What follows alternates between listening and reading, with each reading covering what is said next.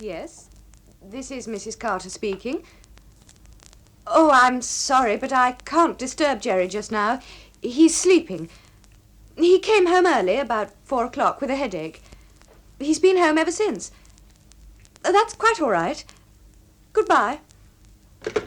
Well? Oh, you startled me, Jerry. I didn't hear you come in. Didn't you? Well, that's strange, since you just said I've been home since 4 o'clock, haven't you? You heard? Yes, I came home with a headache, and I've been home ever since. Yes, I did say that. It's nothing, really, just a white lie. Ah. Well, why were you lying about me? Well, it was John and Sylvia. Ah, my friends. Yes. But you don't like Sylvia? No. So you made me the excuse for putting them off, hmm? Yes. I'm sorry. I don't blame you. If I don't like your friends, I can hardly expect you to like mine. It's not just that, Jerry. No, but it's enough to lie about, isn't it? And that's unusual anyway. You're not a liar and you never were. I tell the odd fib. Everybody does. Yes, everyone, except you.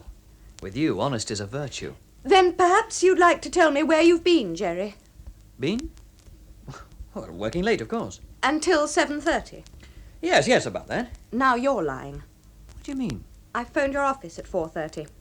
They told me you'd left about 4 o'clock and you weren't expected back. So? So you haven't been working, have you? No. I came straight home with a headache, do you remember? That's my lie. But we both know it's not true. Well, then that's one lie each. That makes us even. Perhaps. But you know, you're not a habitual liar either, Jerry. Oh, thanks. Except about your affair with Miss Grey. Stella. Yes, well, anyway, that's over and done with. I've told you that. I believed you. But don't you still?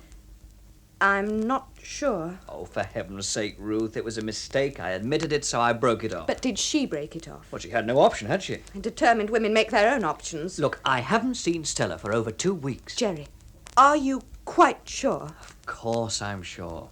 She hasn't been into the office. That's not proof. Look, Jerry, this is important. I was told she'd phoned you this afternoon, and at 4 o'clock you went out to see her. Well, I didn't. Then where did you go?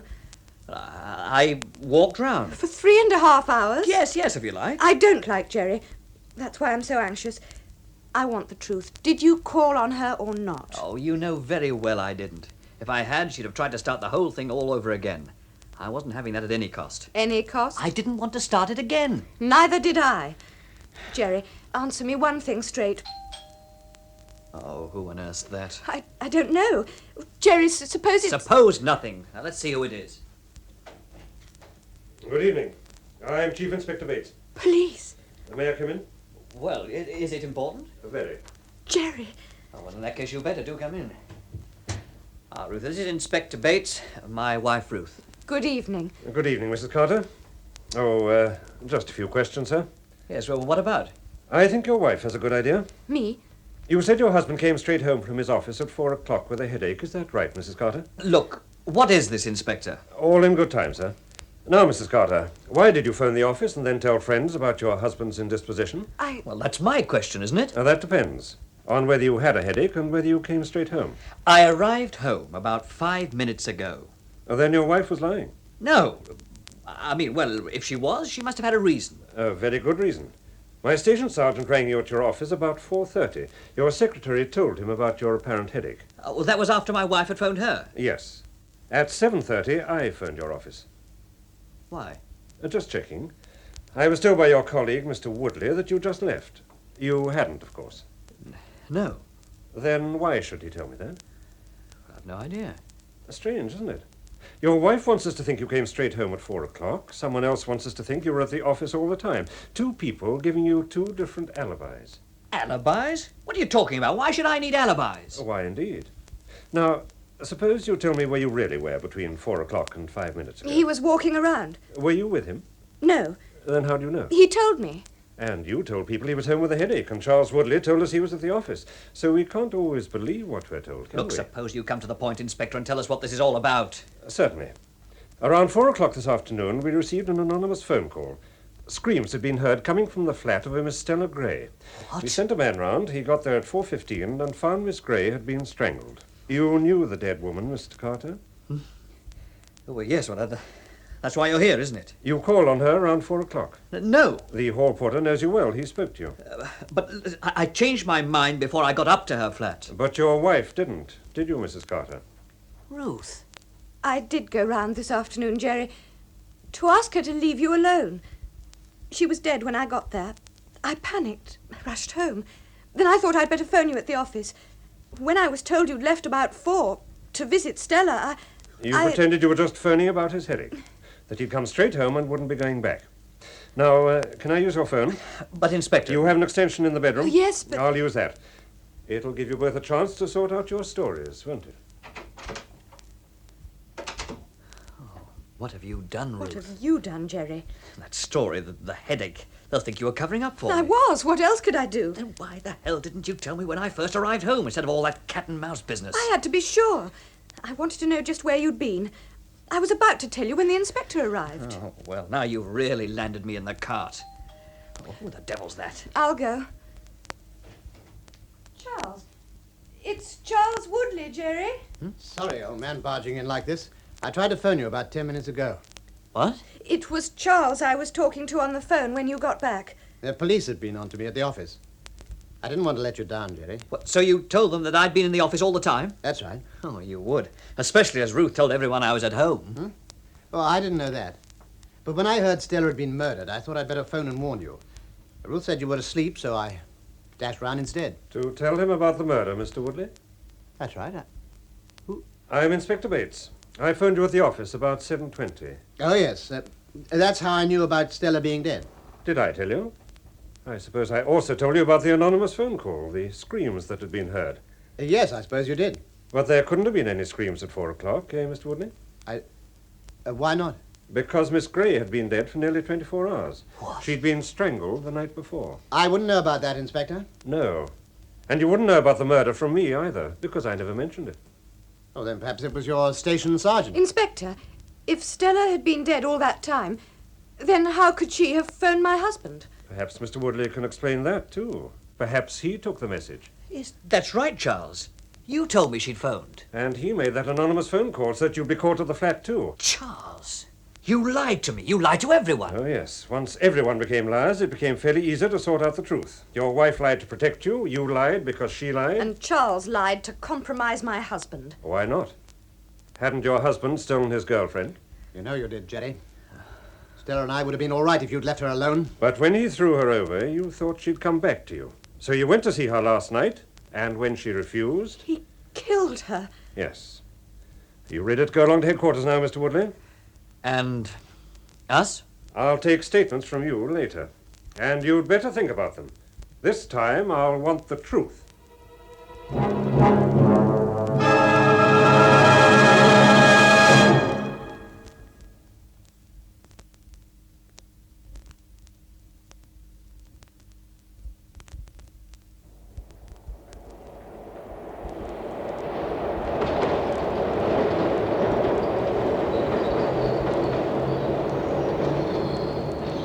Is this our train, Norman? Well, I'm not sure, dear. Oh, yes, it's up there on the board.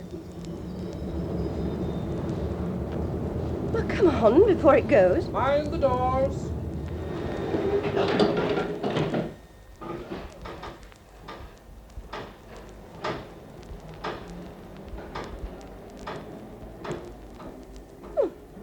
Empty, isn't it? Yeah. You'd think there'd be a lot more people on at this time of night, wouldn't you? Yet there's only us. Well, and that old tramp there at the end of the carriage. Looks drunk, too, all sprawled out like that. It's unusual for this time of night, just us and him. What time is it, Mary? It's... Oh, What's wrong? my watch. It stopped at 10:30. Oh, that's funny. Mine stopped at 10:30, too. A coincidence. What time will it be then? No idea. Oh, it's not as if we could ask anybody. Except him. He's not likely to have a watch. Oh, somebody's sure to get on at the next station. We'll ask them.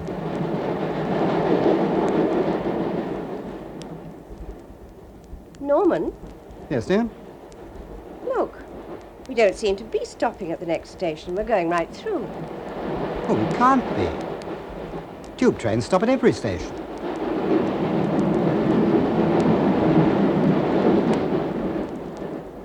Well, this one hasn't. That's funny. It's not a special service tonight, is it, Mary? I mean, it's not bank holiday or anything. No, it's Friday, I think. Yes, that's right. It's Friday. We always go to the cinema on Friday. That's it. We did go to the cinema. Really, Norman, I don't know how they get away with some of these films nowadays. Well, you saw the posters when we came in, didn't you? Yes, but I never expected anything like that. Oh, Lord, look at that rain. Should we make a dash for it? No, hold on. I've got a plastic hood in my bag somewhere. Well, we may as well wait here for a minute anyway. It might ease off. Ooh, not too long, though. We mustn't be late. I don't like being away from the phone just now. Deirdre's very near her time. Oh, don't fuss about Deirdre. She'll be all right. Women have babies every second of the day somewhere. Not a baby like this. Shh. He'll just be a baby, Mary, an ordinary baby. Norman Forster, how can you say that of your first grandchild? You know what I mean, dear. He'll be a normal baby boy, and... Who said it'll be a boy? Well, I hope so, anyway. And I suppose you'll be wanting them to call it Norman after you. Well, they could do worse. It's not a bad name. Norman. Norman. Yes, sir? Look, we're going through another station now. Right through without stopping. Well, I must say, I've never known a train do this before. Well, I hope it stops at the next one, because that's our station. Well, they must have started some kind of special service on this line, non-stop. Every train goes right through. Oh, but that means we'll have to catch another one back again. Oh, don't worry, Mary. It won't take long. It's got to stop at the station after hours, hasn't it? That's the end of the line. Yes, but it means we'll be later than ever getting home, and supposing Deirdre... Oh, don't start that again, Mary. There's nothing you can do anyway. I mean, you can't have the baby for her, can you? That's not the point. I like to know when things are happening. Yeah, we're coming up to our station now. Yes, but we're not slowing down at all. No. Right through again.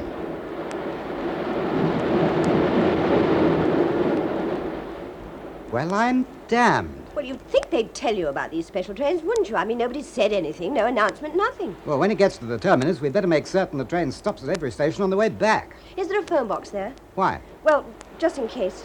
I'd like to ring and ask about Deirdre. Oh, for goodness sake, Mary. I don't know why you came out at all tonight if you were so worried. Well, I wasn't worried when I came out. It's just that I've got this feeling. What about? I don't really know. It's just a funny sort of feeling. Oh, all right. We'll ring when we get out. I've got a sixpence here somewhere, I think. Hello? What's the matter? Look, Mary, in my pocket. Car keys. Car keys? Well, I wouldn't be carrying them unless we came out in the car. Then why are we going back by train? Well, I don't know. I'm just trying to remember. We did come in the car, didn't we, Mary? Well, let me think. We came out of the cinema and it was raining, so we sheltered for a time. But it didn't let up, so we made a dash for it to the car park. That's it. We ran through the rain to the car park. Hurry up, Norman. I'm getting drenched. I can't get the key in. There we are. Oh, what a night. Look at the rain. Drive carefully, Norman, won't you? Oh, for goodness sake, stop worrying, Mary. I know what I'm doing.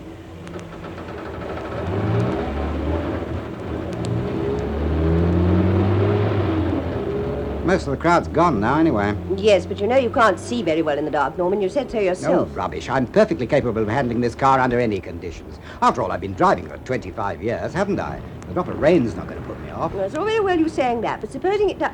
Norman, look out! That man! He's crossing the road! Get back, man! Get back! Norman, quick! You hit him! Oh, stop! Norman! Stop!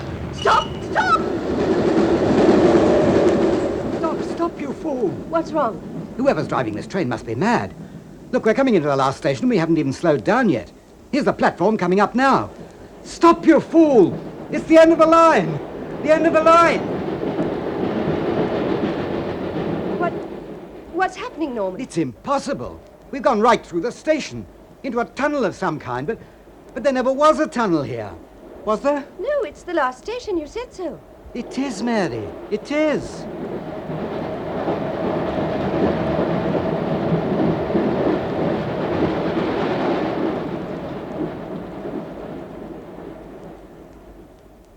Norman, Yes, dear?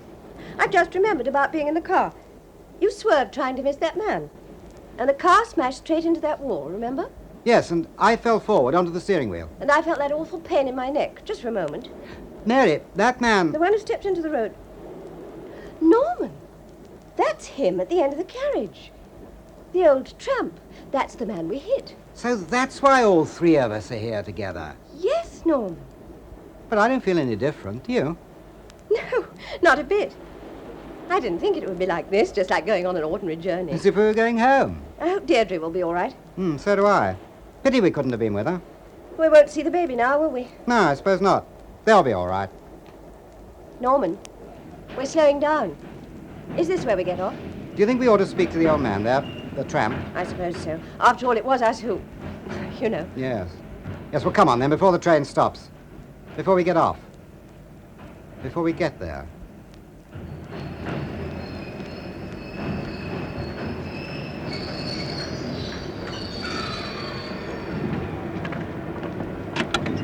All change. All change. All change. All change.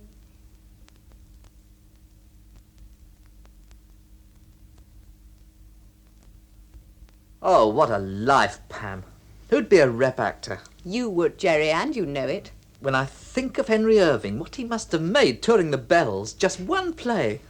I wonder how he'd have made out in weekly rep. We know how we make out. You know, I bet there were at least 14 people in the audience tonight. And I bet only half of them paid. Oh, see this, Jerry? They're wanting chorus boys in a new London musical. What? Here, in the stage. Oh, can you see me as a chorus boy? Frankly, no. Though you'd probably look very sexy in tights. I say, here's something rather strange. What's that, then? A line in the personal column. Bargain, only £20, Clinton House, Clinton, Surrey. What's a bargain? Doesn't say. Well, that's a stupid sort of advert. Well, they wouldn't be advertising nothing, would they? Not at £20. It'd be a bit too expensive. Must be a misprint. Yeah, let me have a look at it.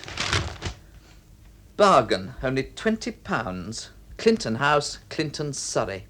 Well, that could mean anything. Or nothing. The way it's worded, it could even mean the house was for sale. For £20? Oh, don't be silly. Clinton House. Sounds posh, doesn't it? Shouldn't think they're short of cash. What are you getting at? Well, perhaps they've got an art treasure to spare. That you couldn't Well, afford. there's going cheap at £20. Hey, come on. Let's get the number from Directory Inquiries and give them a ring. Oh, you're mad, Jerry. Absolutely mad.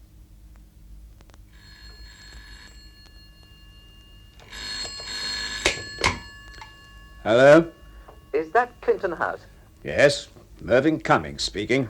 Well, Mr. Cummings, it's about your advert in the stage. Could you tell me what it means? It's perfectly clear, isn't it? Well, no, not exactly.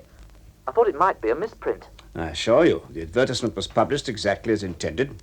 I said I was offering a bargain, and I can promise you that it is. Well, yes, Mr. Oh, Matthews. Jerry Matthews. Right, Mr. Matthews. Are you interested or not? Well, of course I'm interested. That's why I'm ringing. But... Then I suggest you come over to Clinton House tomorrow morning. What? Shall we say 11:30? I'm sure you'll find it worth your while.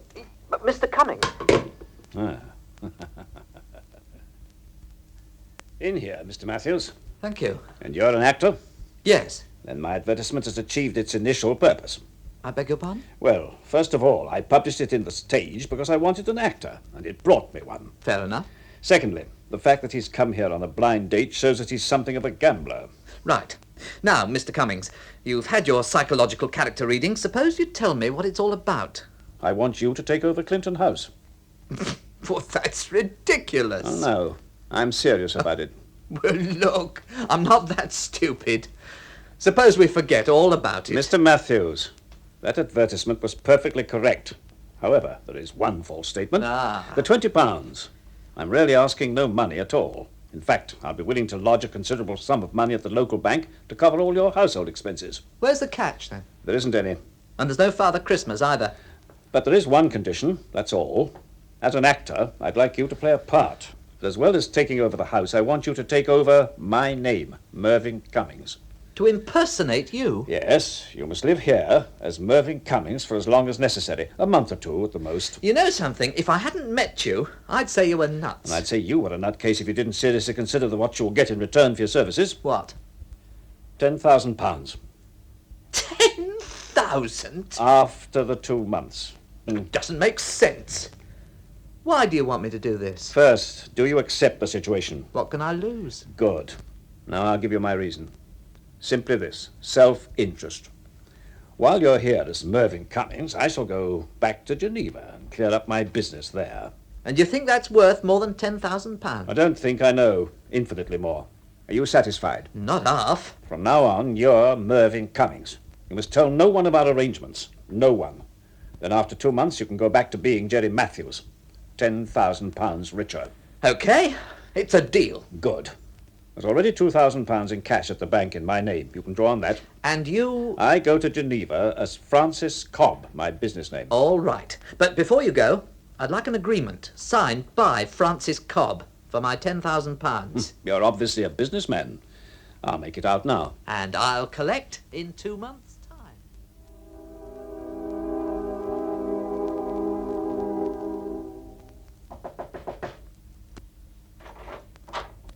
Oh. Come in, young lady. What can I do for you? Your name's Mervyn Cummings. Yes. You're also known as Francis Cobb. Right, but... Well, I'm here to collect £10,000. What? You made a deal with a friend of mine, Jerry Matthews. I don't know what you're talking about. Then perhaps this agreement will help. Don't you recognize your signature? Yes, but you will also see that Mr. Matthews is the other signature, not you. Why isn't he here himself? He was shot dead in the grounds of this house exactly a month ago. And he was shot because someone thought he was Mervyn Cummings. And you set him up for it. Ridiculous. You can't prove it. I don't need to, so long as you pay me the 10,000. Is it a deal? You're a clever girl. You mean I sell my friends the same as you do? I ask you how you got this agreement. Ah, you thought nobody knew, didn't you? But that's where you made your first mistake. You forgot Jerry was an actor. Oh, yes, he did his job well, impersonated you wonderfully. But every actor needs an audience. Audience? Someone to appreciate his performance. I see. So he called for you. Yes, and I'll call the police and show them this piece of paper unless you hand over the £10,000. Certainly. It's a pleasure to do business with a professional. Name, please? Pamela Baxter, but make it out for cash. Just as you say. There you are. £10,000. How's that? Perfect. Now, give me the agreement, please. Oh, no. I think I'll keep that. What the... We just wanted to make sure of the money, didn't we, Jerry? You said he'd been shot. Yes, I was, in the shoulder. I'm not wearing this sling for effect. She said you were dead. Now, that's your second mistake. She's an actress. Pretty good, too, don't you think? So, you were fooling me all the time. Just as you fooled me, Mr. Cummings. You did want me killed, didn't you? And you stayed away until you thought it safe to return. Wherever did you get such a stupid idea? From the 2 men who came here to kill me. What men? You better ask the police. They caught them. And from what they say, Mr. Cummings, it seems you were front man for 2 of their gambling clubs in town and walked off with a cool £250,000. Who'll believe a couple of thugs? The police do, for a start. And another interesting thing is that one of them had a cable in his pocket saying, Mervyn Cummings, Clinton House, Clinton, Surrey. And you sent it. You prove it. The cable was sent from Geneva. That's where you were. Sheer coincidence. Oh, no. You set me up very cleverly as a pigeon to be shot at instead of you. Ridiculous. How on earth could you prove a fairy story like that? Remember this check? Admitting that agreement? So? Have you forgotten? We're both actors. And we must have an audience. All right, Inspector. End of performance. He's all yours.